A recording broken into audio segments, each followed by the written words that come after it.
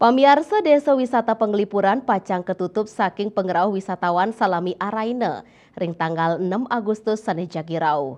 Penutupan inucap memargi santukan krama irike Pacang ngemargiang upacara agama.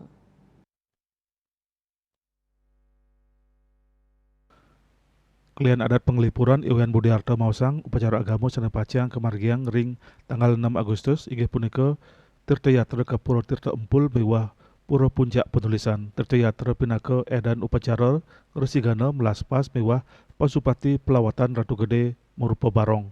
Pemargi inucap Pacang nyarangang makasami kerama Penglipuran. Mangde keraka uleng margiang yadnya sampun kecumpuin antuk ngandegang pengerah wisatawan selami arahina. Paikatan dane talar sampun mutusang ngandegang pengerah wisatawan mangde nenten ngononang ayahan majang wisatawan. Napi male pengerah wisatawan selami puniki dahat ageng. Ritat kala makasami kerama melancaran tur wisatawan rauh, paikatan dane merasa osah yening nenten sida ngicenin ayahan sana becek. Ngenenin rencana penutupan kunjungan selama sehari punika, Budarto Mausang sampun nguningayang majeng pemerintah Kabupaten Banglitur nyobiahang ring travel-travel rumasuk ring media sosial. Bali Pos nguningayang.